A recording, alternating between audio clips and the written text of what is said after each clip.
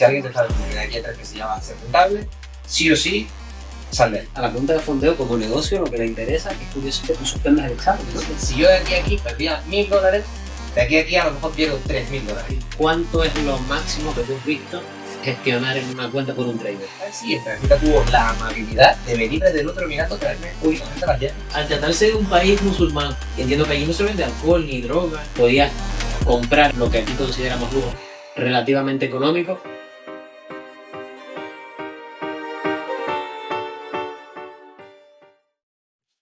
Bienvenidos a Market Makers, nuestro nuevo podcast donde hablaremos de temas macroeconómicos, micro, hablaremos un poquito de finanzas, ahorro, inversión. Él es mi hermano Kumar, yo soy Kabir y nuestro primer invitado de hoy es Cristian Altable, que además me hace especial ilusión porque somos amigos desde hace años ya. Entonces, bueno, si quieres preséntate un poquito también y cuéntanos cuál es tu área, por qué has venido aquí. Bueno, lo primero de todo, muchísimas gracias por invitarme. Yo encantado de colaborar con ustedes. Como dices, nos conocemos hace un montón de años. Y bueno, para el que no me conozca, yo me llamo Cristian Altable y llevo aproximadamente un poco más de 5 años ya dedicado a lo que son los mercados financieros. Mi especialidad en este caso es el trading, que es a lo que me he estado dedicando durante todos estos años, tanto por cuenta personal como también como personal docente. Y tengo una academia de compañeros en el cual enseñamos a las personas a esto, pero bueno. Básicamente ese es mi bagaje. Vale, pues muchísimas gracias por venir. Y para empezar, vamos a explicarle a la gente en qué consiste esto del trading, en qué mercados inviertes tú, cómo opera. Sí, bueno, a modo introductorio, ¿no? Para las personas que no conozcan el trading, yo creo que es lo más sencillo, ¿vale? Salvando las distancias para explicar un poco en qué consiste esta actividad. Me gusta poner el ejemplo de las apuestas, ¿no? Para que la gente lo pueda entender. Al final, los mercados, ¿qué son? Los mercados son, bueno, un lugar donde se cotizan diferentes activos, ¿vale? Y estos activos, como digo, se cotizan, quiere decir que están valuados en un determinado precio. Este precio es fluctuante, es decir, el precio se mantiene subiendo y bajando. Digo, pueden ser activos como comodidades, como puede ser el oro, puede ser divisas, puede ser criptomonedas, puede ser acciones, puede ser índices. Existen muchos tipos de activos dentro de los mercados financieros. Entonces, estos activos tienen un precio, este precio sube y baja, y la función del trader en este caso es, por decirlo de alguna manera, apostar así esos valores van a subir o van a bajar. En el caso de que tú te posiciones en un activo que crees que va a subir, vas a tener que comprar ese activo de determinadas maneras, y en caso de que suba, efectivamente estarás en lo cierto y ganarás un porcentaje del capital que hayas invertido. En el caso de que tú pienses que el activo va a bajar, también hay métodos para poder vender el activo sin tener que poseerlo, por ejemplo, en todo caso. Entonces, básicamente el trader lo que hace es hacer un análisis, determinar si el precio va a subir o va a bajar, posicionarse a favor de lo que él cree. Si está en lo cierto, va a ganar dinero, y si no está en lo cierto, va a perder dinero. Vale, una cosita que sí quería preguntar, de cara a que la gente a lo mejor que nos está escuchando pues no tiene nociones o vamos a suponer que partimos de una base cero. Nosotros, por ejemplo, sí tenemos algo de conocimiento de inversión, porque invertimos en acciones, en fondos, además nosotros tenemos una inmobiliaria, o sea que es el mercado que más controlamos, pero a nosotros siempre, o por lo menos a mí, lo del trading nos ha parecido algo como a corto plazo, muy basado en el análisis técnico. ¿Qué cosas dirías tú que quizás hay que tener en cuenta? Porque tú dices, es como una apuesta, ¿no? Para hacer una similitud. Pero tú te basas en unos criterios para que esa apuesta sea lo más acertada posible, ¿no? Porque no sea un riesgo de decir, vamos a apostar al azar, sino te basas en algo. ¿Cuáles serían esas herramientas en las que tú te basas, por ejemplo? Sí, bueno, lo primero, respondiendo a la parte del corto plazo, el trading, sí es verdad que todas las personas que no están realmente metidas dentro del sector tienen ese concepto de que la inversión, como llamada inversión, es invertir a largo plazo. Compra y vendo. Exacto, es más bien a largo plazo. Y luego el trading lo tienen como, exacto, como lo acabas de comentar, como estoy todo el rato comprando y vendiendo. Claro. La realidad es que no. Trading como tal, el comercio de trading se entiende desde todos los rangos temporales. Existen, de hecho, se denominan trader dependiendo de el rango de tiempo en el que opere. Por ejemplo, un trader que opera a muy largo plazo tiene su propio nombre, que puede ser un position trader, que se dice.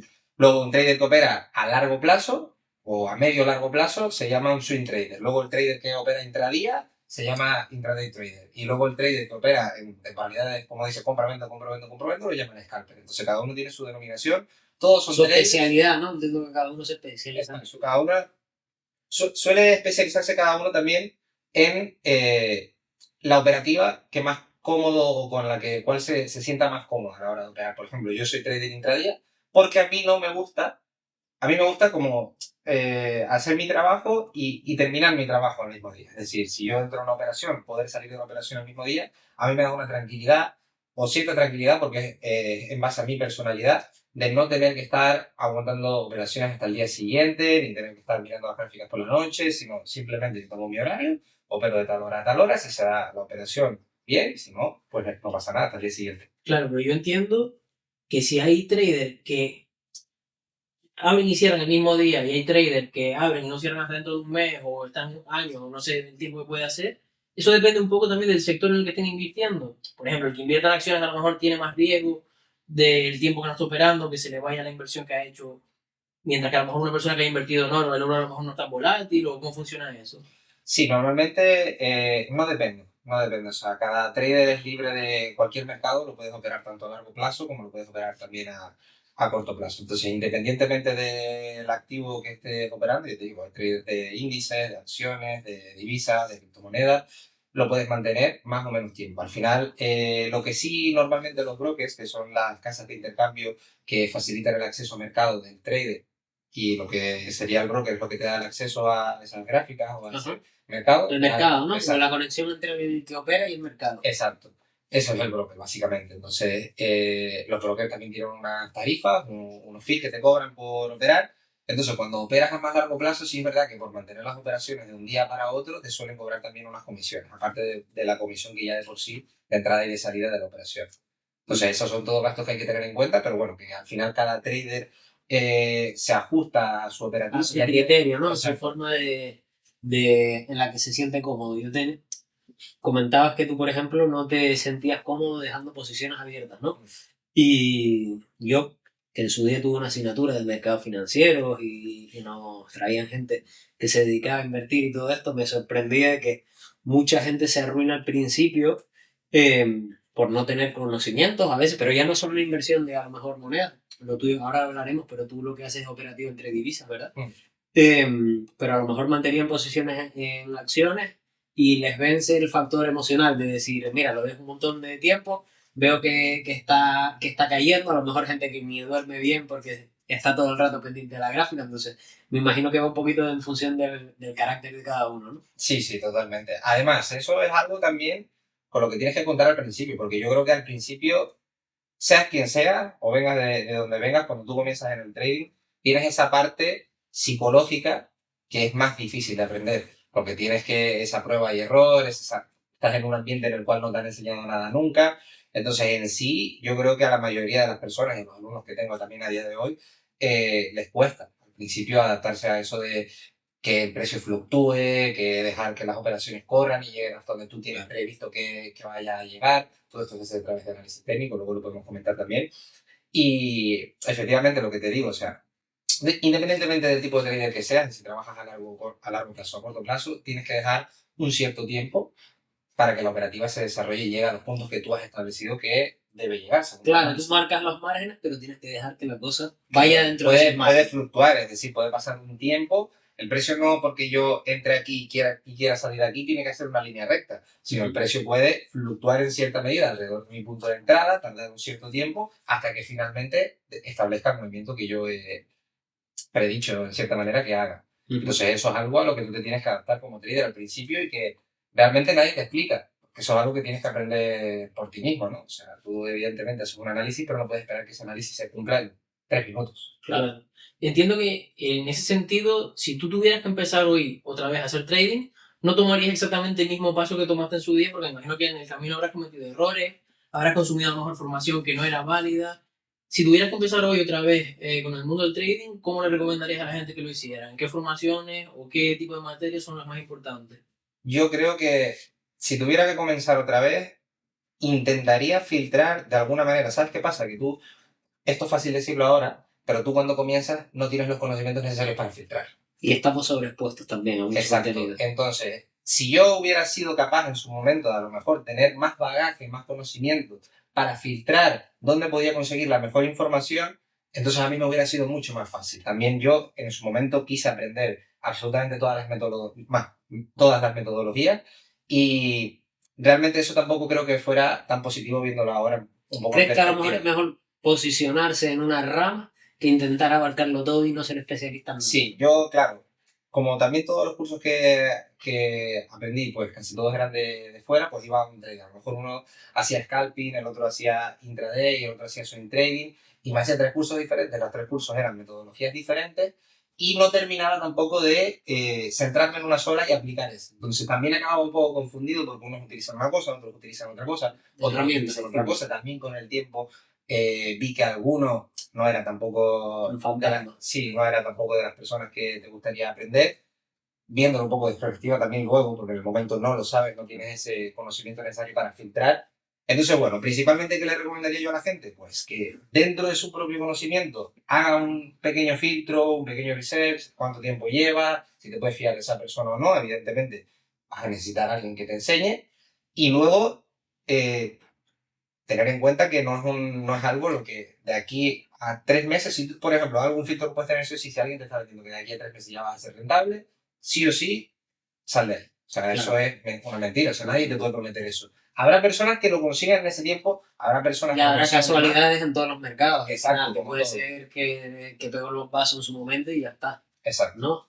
Entonces yo les recomendaría paciencia y sobre todo mucho filtro y que no se piensen que esto es una carrera que tú llegas aquí y ya empiezas a ganar dinero con la misma, porque al revés. Lo más probable es que al principio pierdas y de hecho un buen mentor para mí siempre te va a decir al principio que lo que quiere es minimizar esas pérdidas. Es decir, el dinero que Asumes ya que vas a perder, asumes que vas a perder o por lo menos asumes que vas a invertir un dinero en formación, que eso es lo que estás que es parte del aprendizaje. perdiendo Si en mira, este estás momento, perdiendo, pero te estás salvando de, por ejemplo, que te enseñen mal, como me pasó a mí en su momento, y yo, por ejemplo, en mis comienzos, hubo un punto en el que yo pensé que ya estaba preparado para operar en real.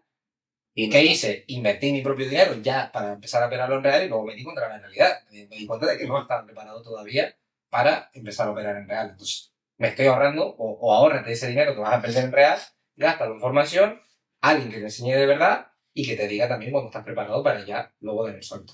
Quizás un filtro que sí que veo interesante, porque, por ejemplo, estamos comentando el caso de que hay mucha formación, mucha gente que están en las redes y exponiéndote a venderte su formación. Y parece un poco bucle decir, para saber si la formación es buena, primero tienes que conocer un poco de todos los mercados. Pero claro, si no sabes, ¿cómo vas a saber ese poco si no te formas con alguien, ¿no? Entonces, quizás ese filtro de decir, el que ya te está vendiendo la idea de hazte millonario, en 3 meses vas a hacer una rentabilidad de X, que sabes que en cualquier otro mercado sería un disparate. Yo creo que la gente se debería guiar más por ver esa profesionalidad que te estoy vendiendo. Te estoy vendiendo una formación, te voy a enseñar una determinada manera y tú con eso ya aplícalo y forma tu propio criterio, tu propia metodología, estarte cómodo más que venderte. Te voy a hacer millonario, mira el Lamborghini, ¿no? Claro, Lo que se suele ver.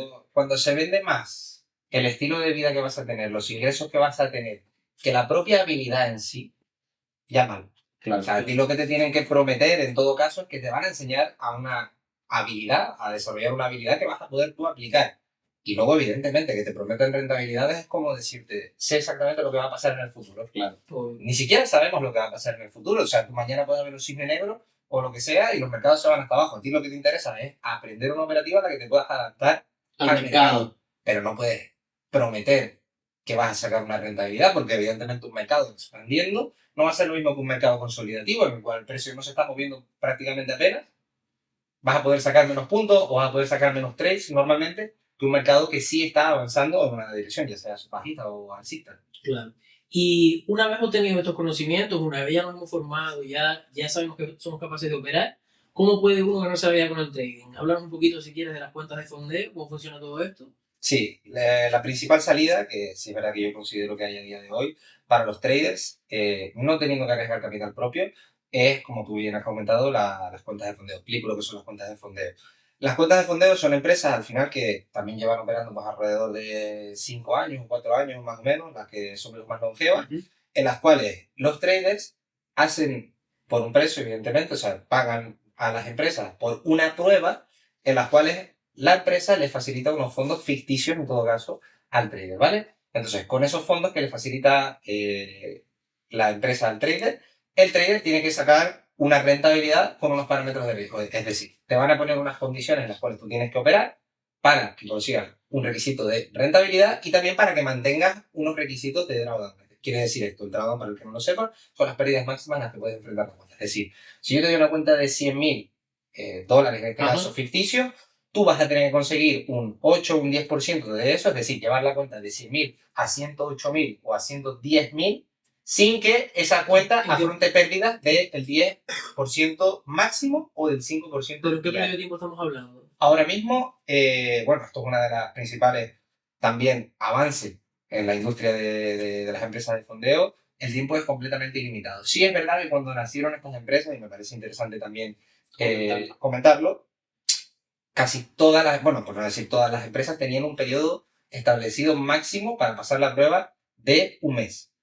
Y ahí sí Tenías que sacar un 10% mensual. Tenías que sacar un 10%. Entiendo que a ti te pasó eso también de tener que sacarlo en un mes, ¿no? Efectivamente, ¿no? Y al principio fue un choque, porque al final tienes que ajustar tus parámetros de riesgo y para intentar llegar a ese 10%, porque tú todos los meses no puedes esperar a claro, que si eso es sostenible, lo que te iba a decir. Tú no puedes hacer un 120% al año. Exacto, tú puedes, por poder se puede, pero evidentemente el riesgo que lo que tienes que asumir para llegar a esas rentabilidades es mayor. Entonces, evidentemente, por ejemplo, el enfoque que se planteaba para las empresas de fondeo estaba muy alejado de lo que era el trading real. Claro. Una persona o un trader que gestionara capital real, los inversores que le están facilitando dinero a ese trader, ¿cuál es la principal condición que le piden? Que proteja el capital ante cualquier cosa. O sea, yo prefiero un retorno del 20% con un riesgo mínimo anual, o las personas que en este caso están facilitando ese dinero, que estamos hablando de cuantías grandes, evidentemente. Claro. Frente a cuando tú te hacías la prueba de fondeo, que te estás manejando o te pedían que para hacer ese 10%, evidentemente tú sabes como trader que tienes que arriesgar más. Entonces, entrábamos un poco en esa disputa de que yo creo que las empresas de fondeo estaban un poco alejadas de lo que era un trader o lo que era un enfoque de ambiente de trading real.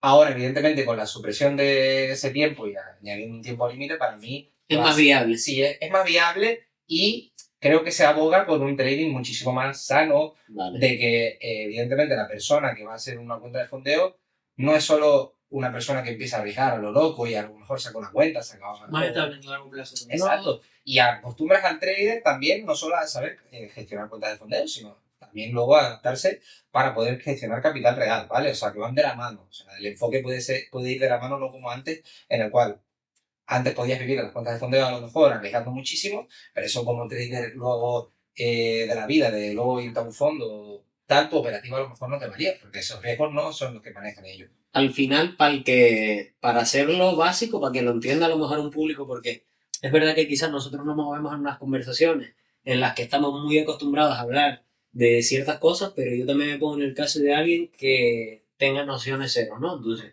en cualquier mercado, rentabilidad y riesgo siempre van a estar de la mano, ¿no? O sea, siempre que busques una rentabilidad muy alta, pues va a ser un producto muy arriesgado y puedes conseguir unas rentabilidades bajitas teniendo menos riesgo, ¿no? Entonces, yo creo que cualquier inversor lo que tiene que hacer es conseguir cómo puedo sacar la máxima rentabilidad minimizando el riesgo, ¿no? Una cuestión de máximos y mínimos. Entonces, lo que tú explicas es que te pedían una rentabilidad muy, muy, muy alta en un periodo muy corto de tiempo y que la forma que tenía la gente era arriesgar mucho, porque si no era insostenible hacerlo en ese periodo de tiempo, ¿no? Claro, es decir, tú imagínate que tienes una estrategia que te da 2 operaciones a la semana, o incluso 1.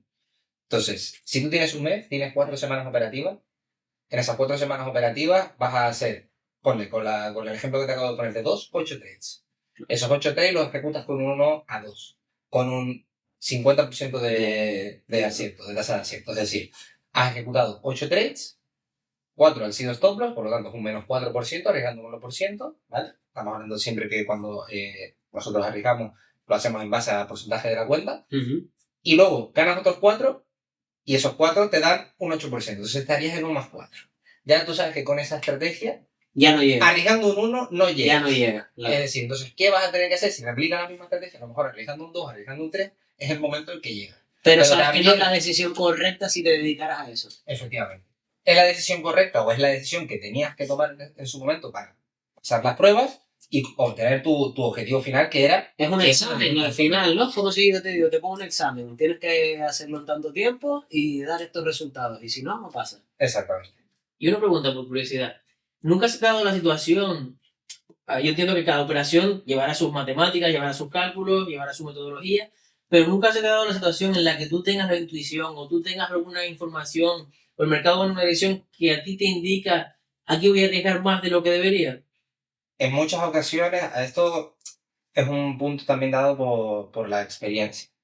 Yo en cuentas ya reales, o sea, de gestión de cuentas fondeadas o dinero capital propio o capital real, no hago diferenciación de cuánto se arriesga, porque al final tienes que mantener una gestión de riesgo y eso es tiene que ir por encima de cualquier criterio propio, porque al final Claro. tú, por mucho criterio propio que le quieras poner, por experiencia incluso, no debes saltarte lo que es la Los gestión de fundamentos, las bases, ¿no? Exacto. Pero bueno, a la hora de pasar las pruebas, sí es verdad que también por quererlas pasar más rápido, no estar tanto tiempo, no invertir. Al final también llega un punto en el que yo creo que cuando ya tienes varias cuentas de fondeo y quieres conseguir más para fondearte, realmente empiezas a hacer más pruebas y no te importa a lo mejor perder una prueba, perder dos, pero teniendo la capacidad de sacártelas más rápido, porque al final tienes acceso al capital de una forma más rápida y comienzas a generar también de esa cuenta de una forma más rápida, para no pegarte, por ejemplo, 3 4 meses o los que hagan falta arriesgando poco. A mí te interesa llegar a esa cuenta lo antes posible.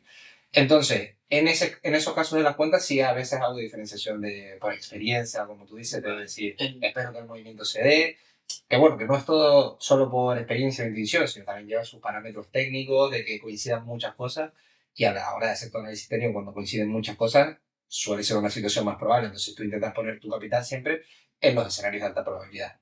El modelo de negocio, para entenderlo también, porque creo que es interesante, hay dos puntos de vista, ¿no? En estas cuentas de fondeo. El punto de vista del trader, que es el que le demanda ese servicio a la cuenta de fondeo, pero realmente a la cuenta de fondeo como negocio lo que le interesa, que es curioso, es que tú suspendas el examen, ¿no? Porque tú estás pagando por hacer ese examen y él gana realmente si tú fallas esa prueba, ¿no? Entonces yo entiendo también que pongan unas pruebas difíciles, siempre dentro del margen real. Y luego, desde el punto de vista del trader, lo que gana es si pasa esa prueba, te prestan un dinero ficticio del cual tú te llevas una parte, ¿no? De lo que tú seas capaz de rentabilizar, ¿verdad? Exacto. Pero también entiendo que el mismo que te presta dinero te cobrará comisiones cada vez que operes, ¿no? ¿O no funciona así? No, realmente es diferente. O sea, tú, Te pa- por decirlo de alguna manera, lo normal, a no ser que seas de las mejores empresas del mundo, que ya lo que hacen es contratar su propio white label, ¿no? Entonces tienen su propio sistema en el cual te ofrecen ellos mismos los datos. Ujú. Normalmente las cuentas de fondeo, las empresas de fondeo lo que hacen es subcontratar los proveedores de liquidez, que son los que les dan los datos todo de mercado y a través de los cuales tú accedes a todos esos datos. Vale. Entonces, como les estaba comentando, Le interesa que falle el examen. claro, realmente las cuentas de fondeo, sus ingresos son el fee que tú pagas Por hacer el examen, ¿no? por Porque acceder eso, a a lo mejor no es un examen, pero exacto, es la similitud por que hay acceder viendo a lo que su se servicio. Hasta el día de hoy, por lo menos, hasta Ajá. el día de hoy. Luego sí es verdad que cada vez son más las empresas de fondeo que ya se está viendo, un poco como te digo, esta industria, este modelo de negocio nació hace relativamente poco. Claro. Y O ha por lo habido- menos ha cogido ese boom, ¿no? Que Exacto. quizás antes. O ha cogido ese boom hace poco y todas esas empresas de fondeo salieron muchas eran, por así decirlo, bastante malas, ¿no? Es decir, lo único que buscaban era lo que tú dices, coger ese dinero que salían los traders. Te pongo un examen imposible, te Exacto, cobro y el exactamente, siguiente. a amarrar todo lo posible. Y luego también han salido otras, que son las que a día de hoy también se mantienen y son las más top, que han buscado poco a poco también profesionalizar la industria. Es decir, aquí tiene que haber también un beneficio mutuo. O sea, no va a ser solo... las empresas que buscan solo ese scam, por así decirlo, de recoger Acaban cayendo. y no dar, acaban cayendo normalmente. Entonces, también dentro de la profesionalización de la industria, hemos visto como, por ejemplo, te digo, por ejemplo, el caso de que las pruebas ahora son de tiempo, duración ilimitada. Vale. Eso ya de por sí es un paso hacia, ya de por sí pasar una prueba, o sea, la mayoría de traders que las pasan, en la estadística, independientemente de si es de duración de un mes o de duración ilimitada, la estadística es que sigue perdiendo la gente. Claro. ¿Por qué? En su No, y gran- tiene que ganar la empresa también, ¿no? Exacto, ¿no? Y en su gran mayoría también es porque el propio trader, como te digo antes, se siente preparado mucho antes de que realmente esté preparado y dice, bueno, voy a probar, ¿no? Lo típico de, Ujú. bueno, voy a probar, cuando realmente tú sabes que no estás preparado. Entonces, muchos traders en esto de voy a probar acaban perdiendo. ¿Qué pasa? Que, como te digo, yo creo que tiene que poco a poco ir evolucionando la industria hacia un punto de beneficio mutuo. Por ejemplo, que pueden hacer empresas de fondeo que están con muchísima clientela, teniendo datos de a lo mejor miles y miles de personas operando los datos financieros.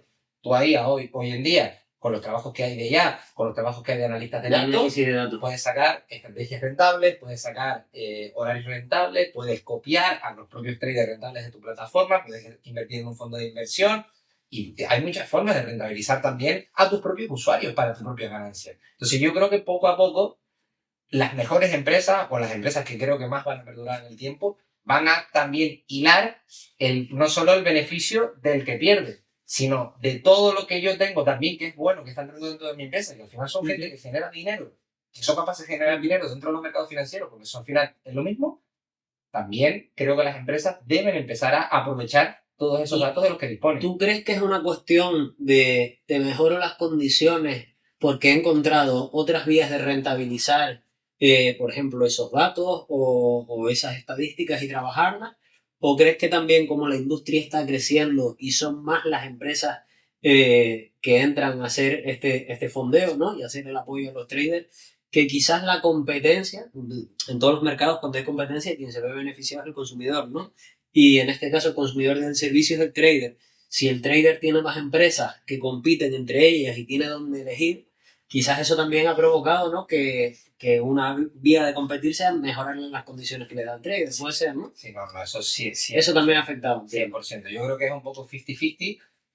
Yo creo que hay empresas que sí abogan por el trading real y que creo que hay que apoyarlas porque es lo más importante, ¿no? Que aboguen por un estilo de trading que de verdad cumpla. Sostenible. Exacto, sostenible. Por lo menos que sea sostenible. Yo no te digo de tampoco. Que no sea jugar a la ruleta y... Exacto, que no te digo que tampoco nos den las mejores facilidades del mundo para que aquí saquemos dinero Claro. y al final los perjudicados son ellos, pero sí que por lo menos esté dentro de las Un condiciones marco interesante. sostenibles y reales. Y dentro de eso también, por supuesto, como dices, la competencia es un factor indispensable, por ejemplo. Sobre todo con parámetros que son muy distintivos. O sea que, por ejemplo, sacas algo que te hace desmarcarte muchísimo de la competencia. Como por ejemplo el tema de las cuentas, el tiempo ilimitado en las cuentas. La primera empresa que lo sacó obliga prácticamente porque si no se va a comer todos los al resto de la competencia. Es de hecho, la primera que sacó el tema del tiempo ilimitado se posicionó muy fuerte, siendo una empresa relativamente nueva. Y luego todas lo tuvieron que copiar como modelo establecido, igual que cuando algunas, sobre todo las empresas nuevas, ofrecen a lo mejor una repartición de ganancias más favorable para el trader. Es decir, el estándar... Te dan más porcentaje. Exacto, el estándar ganancia una vez que consigues la cuenta fondeada es de 80-20, es decir, 80% para el trader, 20% para la empresa. Y a lo mejor las empresas nuevas lo que hacen es darte un 90-10 o intentar posicionarse de esa manera, o un poquito. O sea, ofreciendo un atractivo mayor. Eso es el beneficio. Sí. Ofreciendo un atractivo mayor al final al cliente. Y una pregunta, porque antes sacaste de una cosa muy interesante que es el tema de la IA.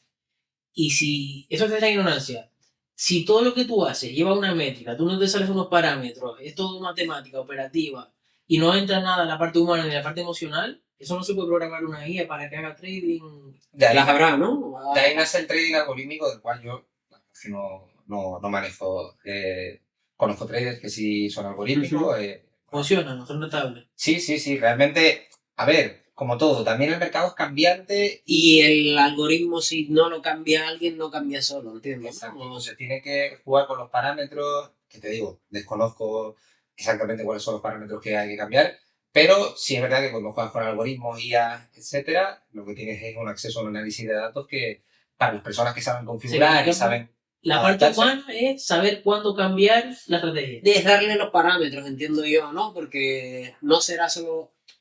Al final tú te enfrentas a esa apuesta, ¿no? Con una cuestión de estrategia. Corrígeme todo si me equivoco, porque yo hago mi suposición y doy por hecho que es así.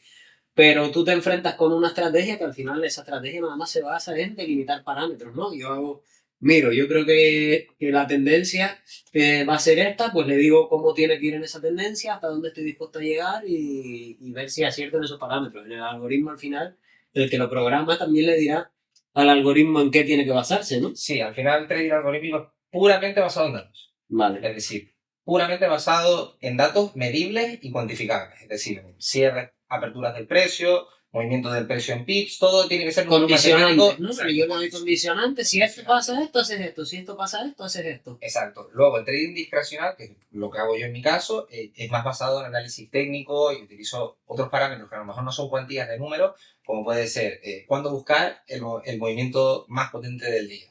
O el movimiento más potente del día se puede dar a lo mejor con una noticia macroeconómica o con las noticias macroeconómicas más importantes del propio día, porque son las que hacen Que se ese mueva momento todo. tenga una mayor entrada de volumen en mercado. Entonces, juegas con ciertos parámetros o ciertas condiciones que hacen que puedas encontrar un escenario más probable de que sea, de que vaya a tu favor, de que vaya a tu contra, y juegas con eso. Al final, eso es lo que hacemos los traders y esa es un poquito la diferencia. Y en todo este tiempo que llevas operando, ¿hay algún tipo de noticia que notes que mueva más el mercado, que te haga cerrar alguna operación en la que puedas ganar un porcentaje mayor?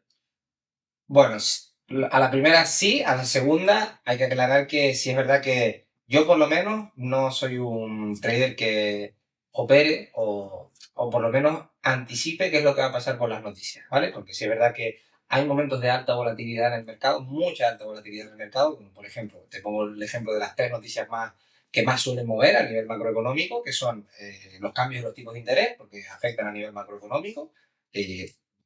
Son cambios bastante fuertes, sobre todo cuando se cambian o se adoptan políticas monetarias, ya sea bien expansivas o restrictivas, porque eso afecta mucho al movimiento del dinero. ¿Es una vez antes o desde que se empieza a intuir la noticia ya se repercute en el mercado? El mercado va fluctuando y anticipa una decisión. Vale. Entonces, justo en el momento de publicación de la noticia es cuando hay ese punto máximo de volumen, ¿vale? Cuando el precio tiene más probabilidad de moverse, por ejemplo, de pasar de aquí a aquí de una forma muy, muy rápida. Claro. ¿No? ¿Qué quiere decir esto? Que hay muchos escenarios en los cuales el precio está cotizando y ofrece precios todo el rato paulatinos de movimiento. ¿Qué pasa? Que cuando hay estas noticias, que como te digo, pueden ser tasas de interés o a lo mejor IPC también o NFP, que es una de las noticias también más volátiles, el movimiento se produce tan rápido que no ofrece... NFP, perdona, para... NFP es una noticia referente al empleo vale. de los Estados Unidos. Es una de las que... Aquí Estados Unidos digamos que es el que mueve el mercado, ¿no? Sí, básicamente como primera potencia mundial, al final Estados Unidos es lo que manda. Las noticias de Estados Unidos son las que más afectan al mercado. Vale. Siempre. Entonces, como te iba comentando, en los momentos en los que se publican estas noticias se producen tales picos de volumen o de cambio en las cotizaciones de los precios que hay momentos en los cuales un precio pasa directamente de ofrecerte este precio a ofrecerte, por ejemplo, este precio. Es decir, no hay cotización entre un precio y otro. ¿Qué quiere decir? Que tú pones que estás en una operación en la cual tu orden de pérdidas máxima es esta. Pero el precio...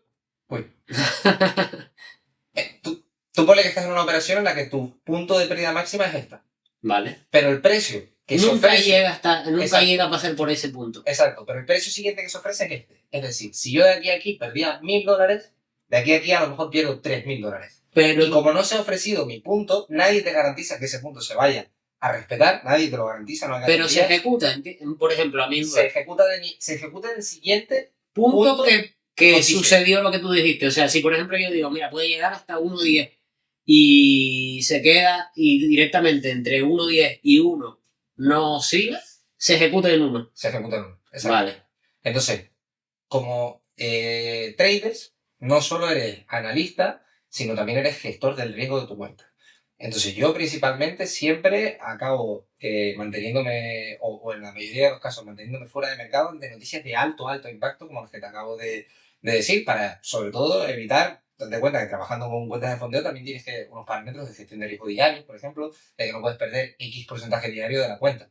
Entonces a nivel también gestionar eso y mantenerte a salvo dentro de esos parámetros, opto por no operar dentro de esos marcos en los cuales pueden pasar esas cosas. Si yo elijo estar fuera... o sea, directamente ahí, si el mercado está muy inestable, dice aquí no, porque no se ajusta a lo que... Claro, porque al final no tengo forma de controlar el riesgo. Si yo quiero poner un stop loss, claro, y yo sé que ese stop loss puede ser completamente invalidado, estoy asumiendo que Un mi riesgo, cuenta- un riesgo que no has exacto, estimado. exacto, yo nunca puedo decir voy a arriesgar un 1% aquí, porque el 1% si no me entra dentro del precio que cotiza el broker, estoy arriesgando un 3 realmente. Entonces Claro. yo me mantengo fuera y solo entro en escenarios en los cuales yo tenga más o menos el riesgo Claro, pues relativamente incluso puedes perder la garantizado. cuenta de fondeo si en una mala de estas. Claro, claro, y de hecho, bueno, son cosas que pueden pasar, ¿no? Si no gestionas o de repente te viene una noticia de estas, en las cuales tú ya estás dentro del mercado y optas por... ¿Qué te habrá pasado? Entiendo, ¿no? En alguna ocasión, al principio sí, pero hace muchísimo tiempo ya que no. Claro. Y en temas de fechas señaladas, en plan, bueno, cuando quiebra Credit Suisse o el Silicon Valley Bank, no porque no se pueda anticipar, pero tema, por ejemplo, elecciones, cuando son elecciones de Estados Unidos y tal, hacen muy... Aumenta bastante la volatilidad del mercado. Porque una aclaración, porque estamos hablando un poquito de mercados. Al principio hablamos de que había trading de commodities, de acciones, de un montón de operativas, pero tampoco hemos dicho qué es lo que tradeas tú, ¿no? Porque tú a lo que te dedicas es Forex, ¿no? Sí, principalmente opero Forex y también estoy operando también índices bursátiles. El Forex, para el que no lo sepa, al final son pares de divisas, ¿no? Todo va enfrentando el valor de una moneda con otra. Es decir, por ejemplo, el euro dólar, ¿cuánto vale frente al dólar estadounidense o la libra esterlina? Entonces eso tiene unas cotizaciones de precio que, como comenté Ajá. antes, oscilan y siempre el precio pues, va a tender o a subir o a bajar. Entonces tú te vas posicionando en esas oscilaciones. Con los índices ocurre lo mismo, cada índice, hablamos de principalmente yo opero el US30, el Dow Jones o el Nasdaq o el SP500, ¿no? Entonces, Vale. cada uno tiene una bolsa de Un mercado. activos dentro Vale. de ellos, por los cuales hacen que coticen. Pero y es una cuestión de demanda y oferta, por ejemplo, es una suma de ofertas y ese mercado, ¿no? Vamos a imaginar que de repente hay una noticia que devalúa el euro un montón, ¿no? Y la gente no demanda euros porque estamos viendo que se va a imprimir un montón. Vamos a imaginar, se imprime un montón de euros y el euro va a perder valor. Y esa noticia a lo mejor afecta a que el inversor diga, pues ahora yo quiero dólares y mueve el mercado. ¿Va algo en esa línea, por ejemplo? Sí, cada activo, por así decirlo, tiene sus factores que influyen Que va a en ser- el precio, además del análisis Pero es una técnico. cuestión de demanda y oferta. Es decir, si todo el mundo demanda dólares, Sí, por teoría al final se puede Vale. establecer, el mercado se mueve por oferta y Vale. demanda, pero por ejemplo, por hablar de parámetros a lo mejor que afectan un poco más al precio, en este caso de las divisas, puede ser el tema de los tipos de interés. vale. ¿No? Al final, por darle una explicación rápida a los espectadores, el tipo de interés es la comisión que te cobra el Banco Central, por así decirlo, por acceso al dinero. Eso Claro, se el llama- precio del dinero, ¿no? el precio del se dinero. llama comúnmente. Sí, sí. Si tenemos los tipos en un 5%, yo quiero pedir 100.000 euros y voy a tener que pagar 105.000, Claro. por así decirlo. ¿Qué pasa? Que también ese tipo de interés es la ganancia, es lo que tú pagas, pero también es la ganancia del que te los presta. Claro. Es decir, si yo soy el que te los está prestando, El emisor, ¿no? si yo soy el emisor de ese dinero, soy yo el que los gana. Claro. Entonces, el tipo de interés, a más alto, mayor retorno obtiene el que los está prestando. Entonces, Claro. también tiene atractivo tener esa divisa cuando el tipo de interés es alto. por Por, ejemplo. por poner un ejemplo práctico y para ver si lo hemos pillado, es por ejemplo, si España ofreciera la letra del tesoro a un año al 1% y Estados Unidos las ofreciera al 5%, es más atractivo en ese momento tener dólares, por lo tanto tú vas a demandar dólares, porque así tu dinero tiene un 5% de rentabilidad, ¿no? Pues entiendo yo que, por ejemplo, pues sí sería más atractivo los dólares. Lo que no sé es cómo afecta luego al par y a toda esa... Sí, luego está, como te digo, el intercambio de valor entre una y otra, que es comparar una con otra. Es decir, por ejemplo, pero como te comentaba, por ejemplo, un tipo de interés más alto, imagínate que los tipos de interés del dólar estadounidense están en un 5% y los del euro están en un 0%. En ese Claro. caso, probablemente, o en un escenario de alta probabilidad, podría ser que hubiera una tendencia alcista del dólar contra el euro, hasta que lleguen a puntos de precio Claro. justo, vaya, o sea, Ajá. hasta que se establezca Que casan las órdenes, ¿no? Exacto. Antes me estaba pensando, porque le preguntabas el tema de cómo pueden afectar los mercados y que él, por ejemplo, no opera cuando hay unas noticias muy grandes porque no sabes lo que va a pasar, ¿no? Y me acordaba de un profesor que me dijo una vez que intentar predecir todo lo que va a pasar con la economía, porque a veces viene un economista o nosotros, por ejemplo, que hemos estudiado empresariales y te dicen, oye, ¿qué va a pasar con esto y con esto dentro de un año? Que tú dices, mira, el que te esté garantizando lo que va a pasar te está vendiendo la moto porque no lo sabe nadie, ¿no? Y me hacía... Garantías ninguna. Por eso, Hay Claro, hay decisiones tendencia. estadísticas Y que- me hacía la analogía que me decía, tú vas a un doctor y le preguntas ¿qué voy a tener? ¿Qué me va a pasar dentro de un año? No. El doctor te va a decir, cuando te pase, te va a decir, mira, te pasó por esto y por esto y por esto, y si quieres evitar que te pase esto y esto y esto, cumple estas medidas. O, ahora que te pasó, el remedio para solucionarlo es esto. Pero nadie puede predecir qué enfermedad va a tener la economía, ¿no? Sino una vez tú sabes que si tienes unos malos hábitos económicos, vas a tener enfermedades, y una vez tengas una enfermedad económica, si tomas ciertas medidas, pues vas a tener esos remedios, ¿no? Que a veces a mí siempre me ha servido como analogía para entender que el que te diga de aquí a un año va a pasar esto, de aquí a un año va a pasar lo otro, es totalmente Y como mentira. curiosidad en ese sentido, Charlie Munger, que es como era la mano derecha de Warren Buffett, él decía siempre que Bitcoin nunca iba a valer nada. O sea, para que tú veas, uno de los mejores Sí, sí. inversores de la historia, que nadie es capaz de predecir realmente el mercado. Incluso yo creo que Warren Buffett, que esto a lo mejor me lo estoy inventando, pero nunca apostó mucho por Bitcoin. Él es más un inversor value, ¿no? Él se dedica a comprar empresas como muy top, más... Que es incuestionable, Como obviamente. la de Chufán. No, y que es incuestionable, nadie le va a decir que ha hecho bien, que ha hecho mal, porque es el inversor número uno mundial, ¿no? Sí, no, totalmente. Al final, el que te asegure, hablamos de asegurar, ¿no? Claro, no Porque de luego decir, estimaciones por estadística o por datos todos se pueden podemos dar tener, perfectamente. O sea, de hecho, muchísimos especialistas es lo que se dedican a hacer. Y aún así, basándote en datos, hay muchos que se fijan en X datos y vaticinan una cosa, se fijan en X datos otros y a lo mejor vaticinan otra. Entonces, tampoco hay unanimidad entre los propios especialistas cuando hablamos de predecir el futuro. Entonces, al final lo que puedes dar son estimaciones, habrá estimaciones más mejor dadas, habrá estimaciones peor dadas, pero luego también entran los eventos propios de, por ejemplo, un cine negro. Tú eso nunca lo vas a poder prever. El cine negro siempre es algo que tú lo vas a catalogar como cine negro después de que pase. después de que pase. Entonces, evidentemente, Pero- hay condiciones que no se pueden anticipar en los mercados. Y también que estamos en un mercado súper globalizado. O sea, tú puedes decir, mira, estamos en un país hipotético en el que todo el mundo le va bien, hay una tasa de empleo alta, hay una productividad alta, hay unas exportaciones altas y un marco legal bueno, tú puedes decir, este país va fantástico, y de repente depende mucho de una materia prima de otro lado y ese otro lado no la suministra y se le cae toda la economía, o hay una guerra que te influye en un suministro y te cambia toda la economía. Entonces también esa sobreexposición que tenemos a día de hoy hace que puedas intentar predecir algunas cosas, pero es que la economía está tan abierta a todos los frentes que cualquier cosa te puede desestabilizar. Sí. Y reenfocando todo esto un poquito al tema de inversiones, en su día hemos hablado que tú empezaste en el mundo del trading un poco porque te parecía el sistema más viable para generar patrimonio, ¿no? Sí. Pero todo este patrimonio, ¿tú lo ves bien invertirlo en otro tipo de activos como el real estate o en fondos indexados? ¿O qué haces con todo el ahorro que vas generando? Sí, esto es una conversación que hemos tenido varias veces, pero bueno, al final... Ahora sí lo comentamos a la gente se para lo que lo sepa vamos también. a comentar a la gente, básicamente.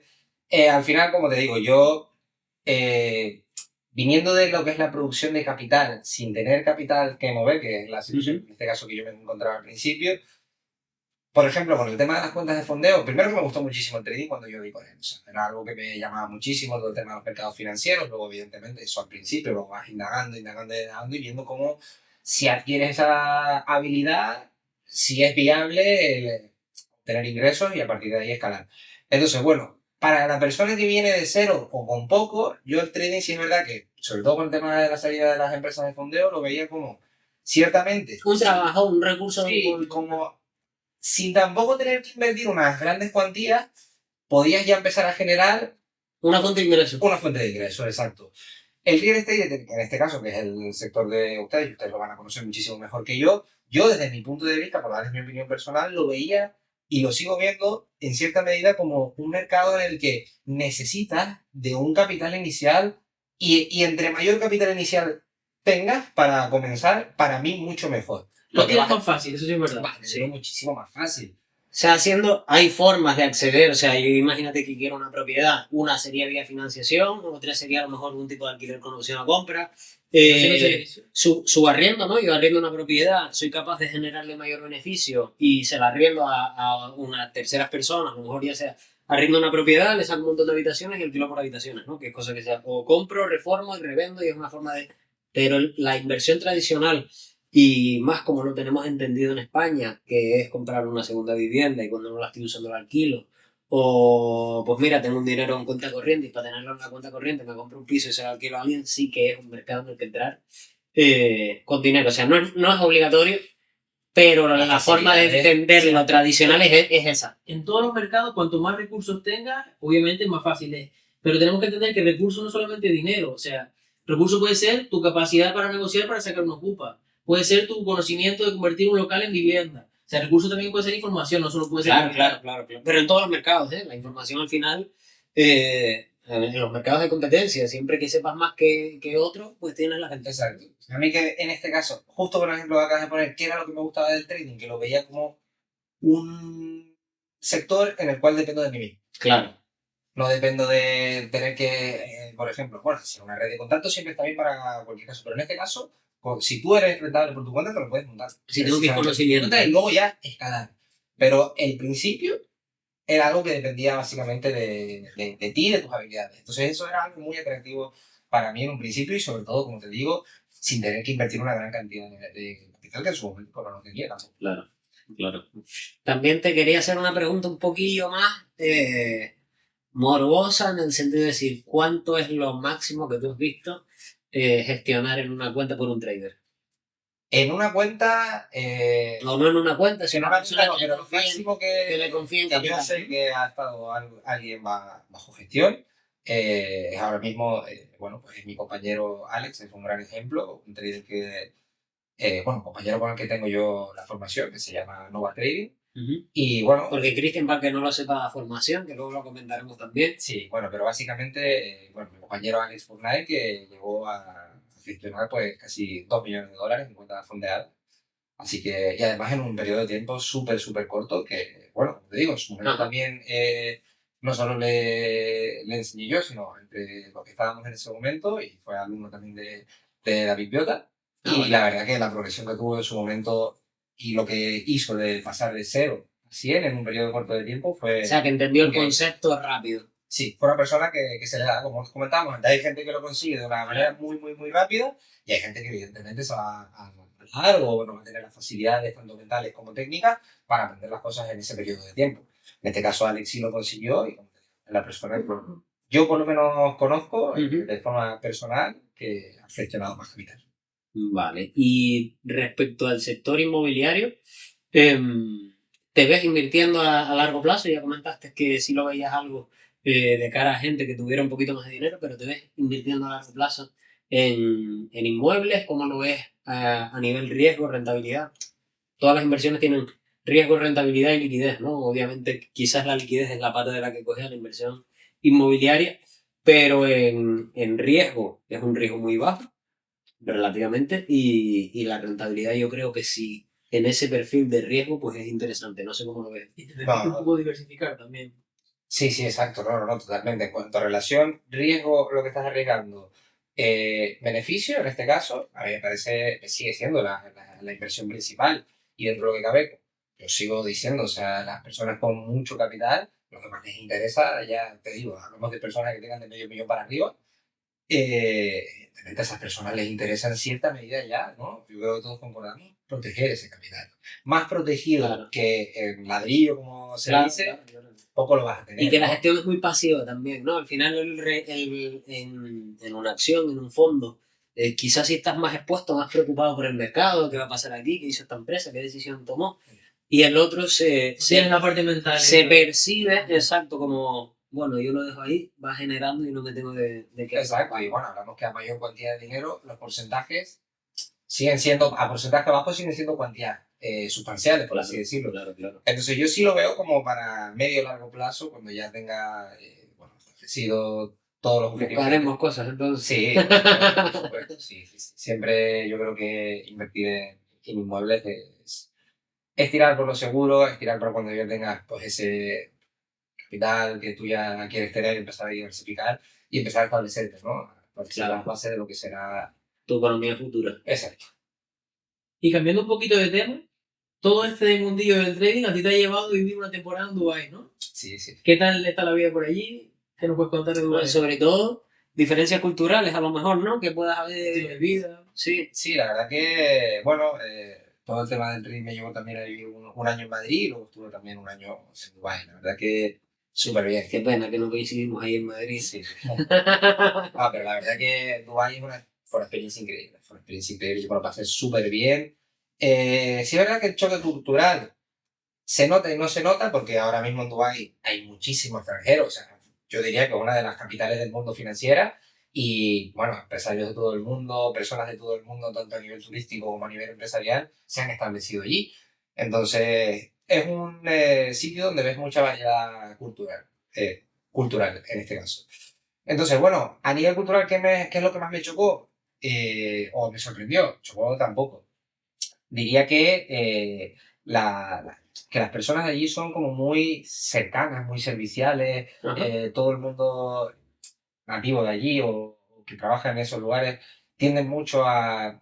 Tiene mucha acogida el turismo, lo mejor. Tienen mucha acogida y se respeta muchísimo el turismo, en este caso, bueno, pues nosotros éramos de fuera y tienen ese tema Es que tienen servicial. un rol también a lo mejor tradicional vinculado a que son países en los que a lo mejor la religión y la política también van muy de la mano y culturalmente son estrictos, ¿no? Con las normas. Sí, sí, súper. Y quizás también eso, no sé si se nota en la seguridad, en el día a día, lo notas en un país 100%. seguro y que la gente respeta las normas, como lo... 100%. A nivel, como te digo, cultural, pues lo amable que es la gente, lo preocupada que es por ti, a nivel sociedad, vamos, una de las mejores seguridades del mundo, sin duda. Yo, bueno, me acuerdo que en dos ocasiones, una se me quedó el móvil, no me acuerdo si fue en un bar, y en otra se me quedaron las llaves en un taxi. En el caso del bar, ahí seguía el móvil, o sea, lo puedes dejar literalmente en una mesa y lo normal será que puedas ir a buscarlo. Y en el caso del taxista que vivía en el otro Emirato, imagínate, consigues dar con el taxi que te ha atendido porque los pides siempre a través de una aplicación. Entonces tú sabes la matrícula del coche que te ha venido a dar el servicio. Entonces tú llamando a la propia aplicación, a la propia empresa, ellos te contactan en el taxi y el taxista tuvo la amabilidad de venir desde el otro Emirato a traerme únicamente las llaves. Tú imagínate. Eso Se aquí no pierde, pasa, eso aquí no pasa ni la del móvil ni la de las llaves. En España puedes estar con alguna persona que actúe de buena fe, pero vamos. Sí. Vale, es que Sí. no veas ni el móvil ni la llave. No, o a lo mejor te digo, bueno, ven, pero yo te doy las llaves, pero acércate tú. De Madrid a Toledo no No, van no voy a ir a darte las llaves, eso ya te lo digo yo. Lo dudo mucho. Y con el tema a lo mejor de la fiesta o cosas así, ¿notas que también está restringido el ocio o hay formas de hacer ocio? Obviamente que formas de hacer ocio hay, ¿no? Porque al final es un país que invierte mucho, tiene muchas formas de hacer actividades, pero el ocio como lo conocemos aquí, ¿se da allí o es difícil de encontrar? Sí, súper. Allí tienes niveles de vida de ocio, bueno, desde el nivel 0 hasta el nivel que tú quieras en la vida. O sea, allí Vale. puedes acceder a niveles de ocio muy top, de lo más top, y diría que yo a nivel O sea, mundial. dirías que la fiesta es dura si la buscas. Sí, la fiesta es, como te digo, a gusto del consumidor. Allí se te ofrece lo que estés dispuesto a pagar tú y Claro, pero bien. al tratarse de un país musulmán con una, digamos, siendo bastante estricto, entiendo que allí no se vende alcohol, ni drogas, ni, ¿no? ¿O sí? Hombre, drogas por supuesto que no. Alcohol sí es verdad que, como te digo, es un sitio, una ciudad que a nivel turístico Se ha abierto. se ha abierto muchísimo, que sabe y conoce que al final nativos de allí es el 10% de la población, entonces es una ciudad que se ha un poco europeizado, ¿no? O sea, se ha adaptado a las costumbres europeas y se ofrece alcohol, por ejemplo, en establecimientos a los turistas en este caso, o a los residentes o a los inmigrantes. Entonces, tienes acceso, si es verdad que, oye, el alcohol tiene un suplemento a nivel de paga de impuestos por el Estado. Entonces, beber alcohol allí, por ejemplo, te cuesta a lo mejor una cerveza en España por 2 euros, allí te cuesta a lo mejor 7, 8. Vale. Sí, pero vamos, que entiendo Pero por que poder, si vas con dinero y tienes ganas de irte de fiesta, te vas de fiesta sin mucha restricción. Sí, sí, no hay problema ninguno. Claro. Una cosita que me da curiosidad y que creo que tanto tú como yo tenemos entendido y no sabemos si es así realmente de Dubái, es que se ha creado como un centro de negocios, no un centro como tal, sino que ya se ha creado esa tendencia de que todo el mundo que quiere hacer negocios grandes, que quiere prosperar, va a Dubái como un sitio de hacer redes y que se percibe esa sensación de que la gente que te encuentras ahí, todo el mundo quiere emprender, todo el mundo quiere montar negocios y todo el mundo quiere hacerse millonario. ¿Notas esta aura de negocios en el día a día? Sí, realmente yo creo que, bueno, analizando un poco lo que ha hecho Dubái, que yo creo que ha sido un movimiento muy inteligente por parte sus dirigentes, ha sido al final establecer un ecosistema, al final no tan atractivo para los inversores a través de, bueno, pues buenas condiciones fiscales, que se ha llegado a un momento en el que casi todos los empresarios, y encima a más éxito tienes, Más te preocupas de estas cosas más te también. preocupas de estas cosas, porque eso es más lo que... Ajá. te El quitan, incentivo, es mayor ese incentivo, que claro, eso cuando pasa mucho tiempo lo que hace es que cada vez vayan llegando más y más empresarios de éxito, más y más empresarios de éxito, y al final juntas prácticamente a la élite Que es un mundial. círculo, ¿no? A lo mejor que hasta sin querer dice, reduzco un poco los impuestos y la estructura burocrática y el tipo de perfil al que le atrae eso ya es grande, ¿no? Entonces ya a lo mejor se hace una rueda. Entonces, claro, efectivamente, después de que se haya generado ese atractivo y eso acumulado en el tiempo, ha hecho que Dubái se convierta en una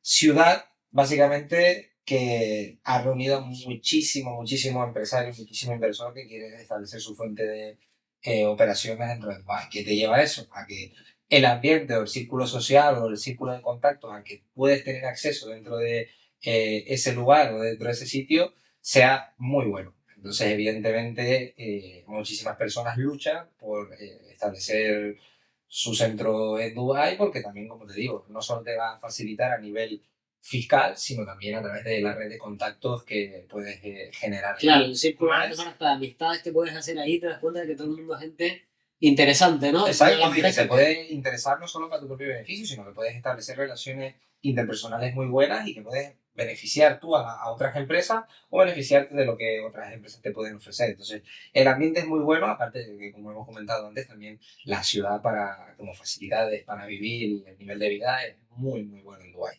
Sí, eso es cierto que, por ejemplo, Dubái tiene, la infraestructura que tiene es pues de los países más modernos del mundo, a nivel de hoteles, de restaurantes, de campos de golf, tiene de todo, pero luego también tienen unas temperaturas que son súper altas, ¿no? ¿Cómo se lleva eso ahí? Sí, bueno, básicamente esa es la principal preocupación que tienes cuando vas a Dubái, es decir, bueno, Me va a morir de calor. sí, luego en verano, evidentemente, tienes muchos días que están entre los 40 y los 50 grados. O sea, evidentemente hace mucho calor. ¿Qué pasa? Que realmente, bueno, yo que viví allí, te das cuenta de que prácticamente casi toda la vida que haces en Dubái, el 90% o el 80% es indoor. O sea, cuando vas a salir o quieres disfrutar de ocio y hacen estas temperaturas, te vas a centros comerciales, te vas a restaurantes, te vas a sitios... O sea, el ocio allí no es al aire libre realmente. Hay ocio al aire libre, sobre todo en los meses de invierno, que es cuando están las temperaturas muy parecidas a lo que es Canarias, entre 20 y 30 grados. Y realmente ahí sí se puede hacer vida un poco outdoor, pero principalmente casi todos los comercios están centrados en eso, en grandes centros comerciales, en grandes sitios, los cuales casi todos son indoor. También, por ejemplo, el acceso a trabajo en oficinas, cuando estás hablando de todo eso, o incluso en tu propio piso, en tu propia casa, todo tiene aire acondicionado. Hasta el taxi que vas a coger Todo, o sea, para todo, moverte de un sitio a otro, todo tiene aire acondicionado. Así que prácticamente, no si te tú no enteras. quieres estar fuera de casa, el mayor calor que vas a pasar los días que haga 50 grados es lo que tardes en ir desde tu piso, desde tu casa, a la calle, a cruzar, a coger un taxi. Porque hay taxi para todo, o sea, mucho servicio, ¿no? Hay muchísimo servicio de taxi, Uber, Aplicaciones, ¿no? De servicios ahí. como por ejemplo se llama Carim, una de las aplicaciones que hay, Vale. de eso, de al final moverte de taxi. Multiservicio, ¿no? O sea, es una misma Multiservicio. aplicación que te va a Multiservicio, sí, además, una de las cosas, para que veas el nivel de vida al que puedes tener allí, aquí por ejemplo tienes Globo. Ahora sí es verdad que ya ha abierto una sección de supermercados, pero es que allí prácticamente todo lo puedes pedir a través de estas aplicaciones que te comento multiservicio, y vamos, puedes pedir hasta desde jamón cocido hasta papel higiénico. Pero de una cosa en concreta, ¿no? Es decir, Sí, yo pues, quiero este producto de supermercado. que puedes pedir prácticamente cualquier cosa. Puedes hacer la compra por ahí, puedes hacer la compra de la higiene básica de la casa, de los productos de limpieza, lo puedes hacer todo a través de ahí. Y realmente, o sea, el servicio de cuánto tardan en traer toda la casa es súper rápido. Así que todo. Que encima es eficiente, está bien gestionado, o sea, que puedes hacer tu día a día sin tener que moverte. Sí, la verdad que las facilidades allí, en cuanto a eso es lo que yo considero como nivel de vida, son muy buenas. Vale, y una última preguntita ya para ir cerrando. ¿Cómo ves el tema inmobiliario y crees que es interesante? ¿Cómo es la arquitectura? ¿En qué tipo de propiedades se invierte? Antes, fuera de cámaras, estábamos comentando el tema de que podías comprar grandes casas o de lo que aquí consideramos lujo relativamente económico. ¿Cómo es ese tipo de casa que se mueve allí? Sí, allí, bueno, hay que diferenciar, bueno, principalmente te voy a hablar de la arquitectura, que a mí me gusta mucho porque es una arquitectura diferente al concepto tradicional que tenemos en España, a lo mejor de espacio un poco más cerrado, nos gusta mucho la decoración. Allí se lleva muchísimo más el espacio diáfano, por así decirlo, mucho más abierto, mucho más de una arquitectura que yo... Estilo oriental, Exacto, muy influenciado. yo considero que tiene un cierto toque moderno, por así decirlo. Que se con puede gran- adaptar, ¿no? Exacto. Ese palacio oriental tradicional Sí. con esa arquitectura más árabe, Exacto. pero llevada a lo moderno. Exacto, se llevan mucho los grandes espacios, los grandes ventanales y la verdad que a mí me llama mucho la atención y me considero pues una arquitectura muy bonita, la parte que práctica, ¿no? Entonces por esa parte la arquitectura súper moderna, en este caso Ajá. como te estoy comentando, y luego bueno, en temas de precios o mercado inmobiliario como yo lo veo desde mi Desde tu poco bagaje, perspectiva. evidentemente si van a ir ustedes lo van a comprender mucho mejor, pero bueno, evidentemente yo veo una clara diferenciación entre lo que sería la zona centro de la ciudad, que sería ya el núcleo, que se te va evidentemente a precios de mayormente lujo, y a luego lo que sería las afueras de la ciudad, ¿vale? Porque fuera, a las afueras de la ciudad sí es verdad que puedes tener acceso a eso, a mansiones o casas relativamente terreras, con su piscina, con su parcelita, bien, por lo que te costaría en un centro urbano en España, a lo mejor medio millón de euros, allí lo tienes por 150.000 o 200.000 euros. Y cuando hablamos de las afueras, estamos hablando de... Más o menos a 30-40 minutos del centro, así que relativamente, bueno, a ver, aquí en Canarias no suele haber espacio tan grande que recorrer, pero sí, porque que si en ves Venezuela puerto, prácticamente lo o que sea, que está. puedes tener calidad de vida realmente Sí, sí, viviendo sí, ahí. totalmente. Además, yo considero, en cierta medida, viendo la expansión que tienen, estando ahí, viendo la capacidad que tienen de construir edificios en poco tiempo, que realmente lo que hoy conocemos probablemente como el exterior, viendo la expansión de Dubái, probablemente también se hagan centros urbanos, en lo que hoy consideramos la Como en frontera. casi todas las grandes ciudades, ¿no? Exacto, como casi todas las grandes ciudades. Sabiendo que además tiene atractivos fiscales, atractivos de calidad de vida, etcétera, yo creo que todo eso va a ser... Que es una rueda que parece que no va a parar y lo que ahora parece, pues nos pasa en Madrid, nos ha pasado aquí, que a lo mejor ahora lo que dicen es un barrio a las afueras, luego es el centro y los precios también se disparan, ¿no? Exacto, entonces yo considero que hay buenas oportunidades de inversión inmobiliaria en Dubái, sin duda. Bueno, pues yo creo que para hacer el primer podcast nos ha quedado un podcast muy entretenido. Antes de despedir, si quieres, déjanos las redes sociales, el curso. O si formación. hay algo que decir para que más o menos te Sí, puedan bueno. ubicar. Principalmente me pueden seguir en mi red social de Instagram, que es @cristianantable, y bueno, el curso que impartimos tanto Alex Burmay como yo, se llama Nova Trading, así que lo pueden buscar también, sin problema. Venga, pues un placer y Muchísimas gracias de verdad a ustedes por invitarme y oye, yo encantado, un honor ser el primer invitado de su podcast, espero que todo vaya en crecimiento constante. gracias. Repetiremos. Bueno, hasta aquí el podcast de hoy. Esperamos que les haya gustado. Gracias por quedarse hasta el final del vídeo. Y ahora que estamos comenzando, pues más que nunca agradecemos esa suscripción, que compartan el vídeo y les dejamos las redes aquí abajo para que nos puedan seguir en todos lados. Nos vemos en la siguiente entrega de Market Makers.